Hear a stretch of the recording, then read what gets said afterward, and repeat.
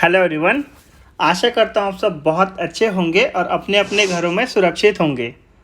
मेरा नाम है राकेश और आज का जो टॉपिक है वो हमारा टॉपिक है एयरलाइन हब सिटी। इंटरव्यू का सबसे हॉट क्वेश्चन होने के बावजूद बहुत से कैंडिडेट अभी भी इसमें कंफ्यूज रहते हैं और उनको डाउट रहता है कि आंसर क्या देना है। तो चलिए कोशिश करते हैं कि आज आपके सभी डाउट्स को क्लियर किया जाए और देखा जाए कि एयरलाइन हब सिटी क्या होता है। मेरी बनाई हुई हर वीडियो का नोटिफिकेशन सबसे पहले पाने के लिए आप हमारे फेसबुक और इंस्टाग्राम चैनल को लाइक कीजिए और साथ में दिए हुए नंबरों पर कॉल या व्हाट्सएप भी कर सकते हैं। इसके अलावा अगर आप ट्रैवल इंडस्ट्री या फिर हॉस्पिटैलिटी इंडस्ट्री में अपना करियर बनाना चाहते हैं और इसके रिलेटेड कोई भी कोर्स देख रहे हैं तो आप हमारा पेज या हमारी वेबसाइट विज़िट कीजिए rkticketingacademy.com और यहाँ से आप सभी कोर्सेज अवेल कर सकते हैं, जैसे टूरिज़्म मैनेजमेंट, टिकटिंग, इशुएंस, री issuance, refunds, hospitality management etcetera. यहाँ बहुत सारे कोर्सेज मिलेंगे जो आपके करियर को एक नई पहचान देंगे। तो चलिए बिना देर किए हुए हम अपने टॉपिक को शुरू करते हैं और देखते हैं कि एयरलाइन हब सिटी क्या होती है। तो सबसे पहले हम इस हब को देख लेते हैं। हब का मतलब होता है एक ऐसा प्लेस जहाँ पे एक से ज़्यादा लोग या फिर बहुत सारे लोग इकट्ठे होते हैं, एक दूसरे से बात करते हैं, गैदरिंग करते हैं। तो एयरलाइन हब में भी सेम यही फार्मूला अप्लाई होता है। हब एक ऐसा प्लेस होता है जहाँ पे किसी एक एयरलाइन की सारी फ़्लाइट्स आती हैं और वहाँ पे गैदर करती हैं। फिर उनको अगर पैसेंजर ट्रांसफ़र करना होता है, फॉर एग्ज़ाम्पल यहाँ से फ़्लाइट उड़ी और यहाँ पे पहुँची, अगर पैसेंजर ट्रांसफ़र करना है तो यहाँ से पैसेंजर को उतार के दूसरी फ़्लाइट में करके और उसके डेस्टिनेशन पे भेज दिया जाता है। खैर इस लॉजिक को हम बाद में देखेंगे, लेकिन बस इतना जान लीजिए कि हब एक ऐसा एयरपोर्ट होता है जहाँ पे एयरलाइन की सभी फ़्लाइट्स आती हैं और वहीं से वो अपने पैसेंजर को ट्रांसफ़र करती है, एज अ हैंगर यूज़ करती है। बाय द वे, जिसको नहीं पता उसको बता दूं, hangar is a place at where aircraft were parked, या फिर जहाँ पे आप एयरक्राफ्ट को, जैसे आप गाड़ी पार्किंग करते हैं वैसे ही एयरक्राफ्ट जहाँ पे पार्क होता है उस प्लेस को हैंगर कहते हैं। ये आप फोटो में देख सकते हैं, जो ब्लू कलर का है इसको हैंगर कहते हैं। और अपने हब सिटी पे ही एयरलाइन क्या करती है, फ़्लाइट्स का मेंटेनेंस भी करती है। अब जहाँ पे फ़्लाइट खड़ी करेंगे मेंटेनेंस भी वहीं पे करेंगे ना, तो ये उसके लिए भी काम आता है।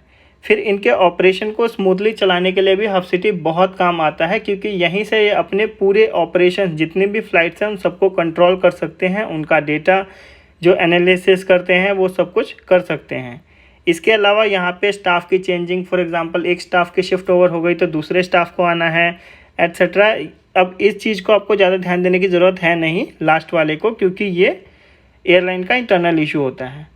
तो अभी जो सिंपल वर्ड्स हैं उसमें हम ये कह सकते हैं कि हब एक ऐसा सिटी या एयरपोर्ट होता है, hub is a city from which airline belongs, जहाँ से एयरलाइन बिलोंग करती है, यानी कि जहाँ की वो एयरलाइन होती है। फॉर एग्जांपल एयर इंडिया, उसमें इंडिया है तो उसका हब इंडिया में ही होना चाहिए। अब कहाँ पे है वो आपको देखना पड़ेगा, जैसे उसके हब हैं दिल्ली और मुंबई दोनों जगह पे, तो एक एयरलाइन के एक से ज़्यादा भी हब हो सकते हैं, जो कि आप इस डेफिनेशन की लास्ट वाली लाइन में देख सकते हैं। चलिए उस चीज़ को आगे डिस्कस करेंगे। और hub is a city from which airline belongs, every airline touch their hub city before reaching their final destination. तो अपने फाइनल डेस्टिनेशन पे जाने से पहले अपना हब सिटी ज़रूर टच करती है। ये जितनी भी डेफिनेशन में जो बातें लिखी हैं, आप चाहिए तो स्क्रीनशॉट लेके इसको रख लीजिए, इंटरव्यू में एज इट इज़ बोल सकते हैं।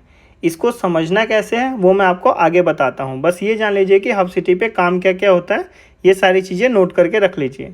अब हब कैसे एप्लीकेबल होता है, ये जो डेफिनेशन लिखी है, अगर इसका मतलब नहीं समझ आ रहा है तो मैं आपको आगे और सिंपल वर्ड्स में समझाने की कोशिश करूँगा। तो चलिए देखते हैं। अब जैसे कि हमने डेफिनेशन में देखा है कि hub is a city from which airline belongs, तो एक सिटी है वहाँ से एयरलाइन बिलोंग करती है या एक कंट्री से बिलोंग करती है, और उसको अपने फाइनल डेस्टिनेशन पे जाने से पहले अपने हब सिटी को टच करना पड़ता है। तो चलिए इस चीज़ को यहाँ पे समझने की कोशिश करते हैं हम लोग। एक एयरलाइन है ए, उसको अपने यहाँ से वो जर्नी स्टार्ट करती है पॉइंट एक्स से और उसका फाइनल डेस्टिनेशन है पॉइंट वाई। तो एयरलाइन ए जब भी उड़ेगी वो डायरेक्ट पॉइंट वाई तक नहीं जा सकती एक्स से, और ना जब वाई से उड़ेगी तो सीधा एक्स पे आ सकती, डायरेक्ट नहीं आ सकती है वो। उसको अपने हब सिटी को टच करना ही पड़ता है, ये एयरलाइन का रूल होता है। पहले वो अपने हब सिटी पे जाएगी, फिर पॉइंट वाई पे जाएगी, फिर पॉइंट वाई से जो फ्लाइट उड़ रही होगी वो अपने हब को टच करेगी और फिर वो पॉइंट एक्स पे जाएगी। तो इसी तरीके से एयरलाइन हब सिटी का कॉन्सेप्ट चलता है। इस चीज़ को और डीप में समझने के लिए हम अगली स्लाइड पे चलते हैं। तो ये आगे आपके अगले स्लाइड अब यहाँ पे देखते हैं। मैं आपको समझाने की कोशिश करता हूँ कि एक हब पे एक्चुअली में होता क्या है। यहाँ हमने एक एग्जांपल लिया है लुफ्थांजा एयरलाइंस। लुफ्थांजा जर्मन एयरलाइन जर्मनी की है, उसके नाम से ही पता चलता है। उसका एक हब सिटी हमने लिया है फ्रैंकफर्ट। वैसे म्यूनिक भी है इसका हब सिटी, हमने लिया है लुफ्थांजा फ्रैंकफर्ट। ये जो LH लुफ्थांजा हो गया और FRA फ्रैंकफर्ट, उसकी एक सिटी हब सिटी हो गई। अब फॉर एग्ज़ाम्पल मानिए एक पैसेंजर रहता है दिल्ली में, उसको जाना है मान लीजिए JFK John F Kennedy, New York जाना है उसको USA में।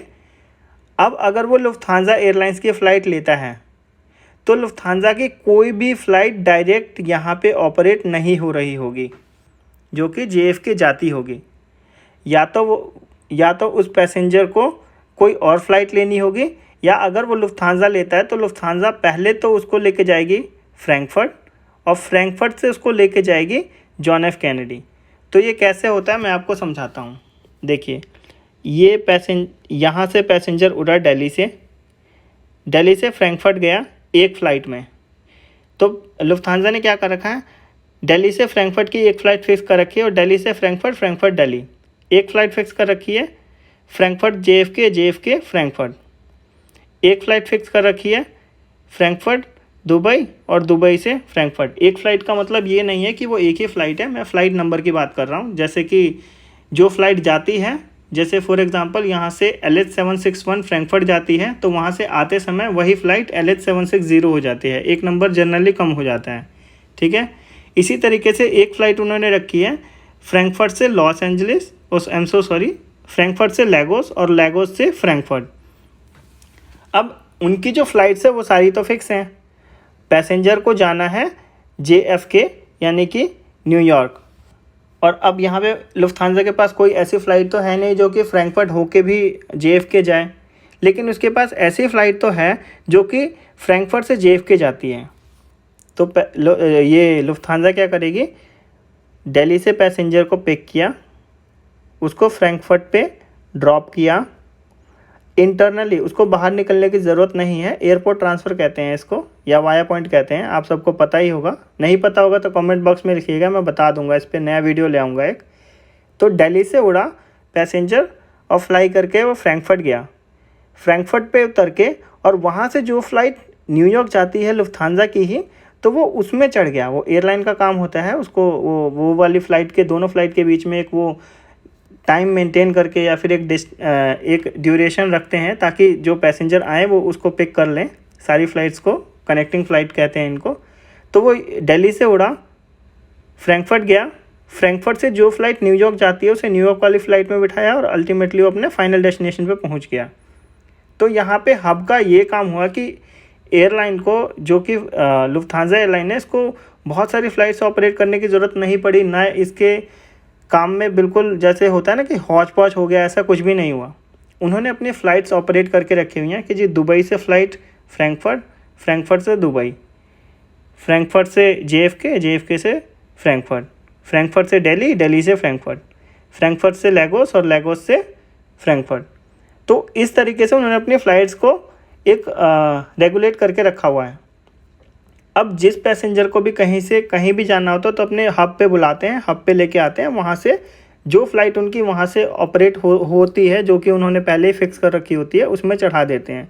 फॉर एग्ज़ाम्पल पैसेंजर को जाना है लेगोस, नाइजीरिया से उसको जाना है इंडिया, दिल्ली। अब वो लेगोस से लुफ्थांजा की फ़्लाइट लेके आएगा फ्रैंकफर्ट पे उतरेगा। वहाँ से जो फ़्लाइट दिल्ली के लिए लुफ्थांजा की होगी उसमें वो लोग उसको बिठा देंगे या वो खुद बैठ जाएगा जाकर, और वहाँ से वो बहुत स्मूथली दिल्ली पहुंच जाएगा। तो यहाँ पे एयरलाइन के पास एक प्रॉपर कंट्रोल रहता है, एक प्रॉपर उसके हब में उसकी जो स्टाफ होता है, उसका डेटाबेस होता है, उसकी मेंटेनेंस होती है, हर चीज़ को वो कंट्रोल कर सकती है। वहाँ से उसका हर चीज़ का एक्सेसिबिलिटी ज़्यादा होती है। तो ऐसे एयरलाइन को अपना जो एयरलाइन का जितना भी ऑपरेशन है उसको चलाने में बहुत आसानी रहती है। चलिए इस चीज़ को थोड़ा सा आगे और देखने की कोशिश करेंगे, लेकिन उससे पहले आप ये समझ लीजिए, अगर समझ नहीं आया तो मैं एक बार फिर से बता देता हूँ। एक पॉइंट है ए, वहाँ से एक पॉइंट है बी और पॉइंट सी। तो एयरलाइन ने अगर पॉइंट बी पे अपना हब बना लिया तो वो अपने हब से बहुत सारी डेस्टिनेशन पे फ़्लाइट्स को ऑपरेट कर सकती है, जिससे कि उसको बहुत सारा अलग अलग कंट्रीज़ का डेटाबेस रखना भी इतना ज़रूरी नहीं होता। और एक बात आपको बतानी थी, वो ये है कि एक एयरलाइन का एक से ज़्यादा हब सिटी हो सकता है, हब का जो सिटी या एयरपोर्ट हो सकता है, और ज़रूरी नहीं है कि वो एक ही कंट्री में हो। जैसे कि लुफ्थांसा का बताया, फ्रैंकफर्ट भी है, म्यूनिक भी है। लेकिन बहुत सारी एयरलाइंस ऐसी भी हैं कि उनका ऑपरेशन इतना ज़्यादा वास्ट होता है कि वो एक हब से उनका काम नहीं हो पाता, तो उनके बहुत सारे हब भी होते हैं। अब वो कौन कौन से हैं वो मैं आपको अगली स्लाइड में दिखाने की कोशिश करता हूँ।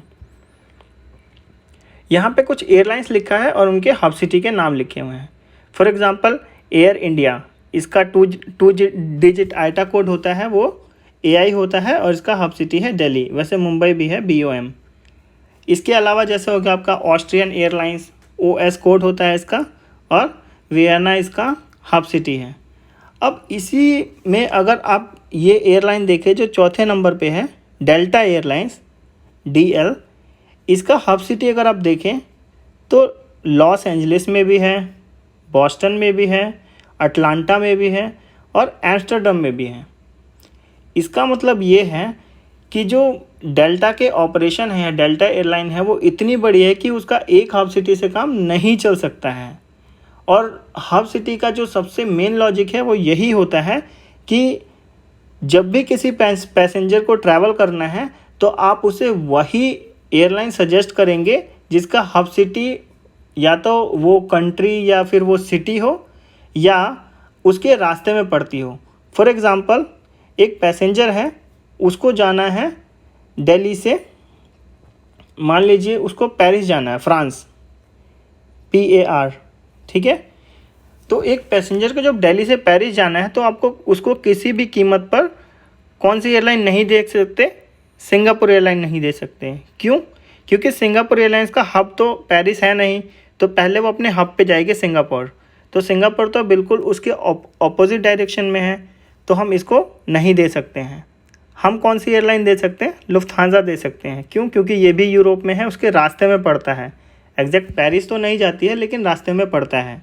हम उसको एमिरेट्स दे सकते हैं क्योंकि वाया दुबई भी एक रूट बनता है। इसके अलावा हम उसको कैथे पैसिफिक नहीं दे सकते हैं। क्यों? क्योंकि कैथे पैसिफिक बिल्कुल ऑपोजिट डायरेक्शन में है। पहले वो हांगकांग जाएगी और उसके बाद वापस आएगी वो कहाँ पर? पेरिस। तो इस तरीके से ये एक तो रूट ज़्यादा लंबा हो गया, किलोमीटर्स बहुत ज़्यादा बढ़ जाएंगे, और जो फेयर है वो बहुत ज़्यादा चला जाएगा, बहुत ही ज़्यादा। जो फेयर आपको 200 या 300 यूरोज़ में मिलना था वो मिलेगा आपको 1200 से 1500 यूरो में, क्योंकि डिस्टेंस इतना ज़्यादा बढ़ जाएगा। तो इसी तरीके से अगर आपको हब सिटी के बारे में पता है, किसी एयरलाइन का हब अगर आपको पता है, तभी आप पैसेंजर को राइट एयरलाइन सजेस्ट कर पाएंगे कि सर आप यहाँ से यहाँ जाना है तो इसका हब यहाँ पे है, आपको पता होगा तभी आप सजेस्ट कर पाएंगे। फॉर एग्ज़ाम्पल US जाने के लिए आप कोई भी यूरोपियन एयरलाइंस या फिर कोई भी मिडिल ईस्ट वाली एयरलाइंस जैसे कि एतिहाद हो गई या फिर एमिरेट्स हो गई, ये सजेस्ट कर सकते हैं। यूरोपियन एयरलाइन सजेस्ट कर सकते हैं, जितनी भी हैं। और हम बात कर रहे थे दिल्ली से पेरिस वाले पर्सन की। तो दिल्ली से पेरिस भेजने के लिए इस पैसेंजर को आपको क्या करना होगा, या तो यूरोप की ही एयरलाइंस देंगे आप, या फिर क्या करेंगे, कोई डायरेक्ट ऑप्शन देखने की कोशिश करेंगे। तो पेरिस किसका हब है, कौन सी एयरलाइंस का है? Air France. तो अगर आपको एयर फ्रांस में फ़्लाइट्स ना मिले तो आप क्या करेंगे? एयर इंडिया देखेंगे। अब आप सोचेंगे कि एयर इंडिया क्यों? अब एयर इंडिया का तो हब ही दिल्ली है ना, और पैसेंजर जाए यहाँ से रहे, तो एयर इंडिया को अपना हब टच करने की ज़रूरत तो नहीं है, क्योंकि वो अपने हब से ही उड़ रही है। तो अगर वहाँ से कोई फ़्लाइट मिलती है जो पेरिस जा रही है, तो उसको डायरेक्ट फ़्लाइट मिलेगी बिना किसी स्टॉप ओवर के। और अगर आपको कोई और एयरलाइन सजेस्ट करनी हो तो कोशिश कीजिए कि वो एयरलाइन सजेस्ट कीजिए जो कि उसके उस रूट के रास्ते में पड़ती है, जो कंट्री या फिर जो एयरपोर्ट या सिटी। तो इसी तरीके से आपको हब सिटी की नॉलेज होना बहुत ज़रूरी है एयरलाइन इंडस्ट्री में, क्योंकि इसी के बेसिस पे आप किसी भी पैसेंजर को एक सही फ़्लाइट एडवाइस कर सकते हैं, एक सही रूट दे सकते हैं, और बिल्कुल जो बेस्ट फेयर का कॉम्बिनेशन है आप वो इसके बेस पे ही बता सकते हैं। अगर इसके बाद भी आपको कोई भी डाउट हो, कोई भी टॉपिक हो, या इसमें कोई भी ऐसी टर्मिनोलॉजी या फिर लैंग्वेज हो जो समझ ना आई हो, तो आप नीचे कमेंट बॉक्स में लिख सकते हैं। मैं कोशिश करूँगा कि उस चीज़ के बारे में आपके डाउट्स क्लियर कर सकूँ। और ये मैंने बहुत ही सिंपल लैंग्वेज में आपको समझाने की कोशिश की है। अगर इसके बाद भी कुछ आपके डाउट्स हैं, या फिर आपके कोई भी टॉपिक है जो आप चाहते हैं कि मैं लेकर आऊँ उसके ऊपर वीडियो, तो आप कमेंट बॉक्स में लिख सकते हैं। हम कोशिश करेंगे कि जल्दी से इसके ऊपर वीडियो लेके आएँ। Thank you for watching the video. God bless you.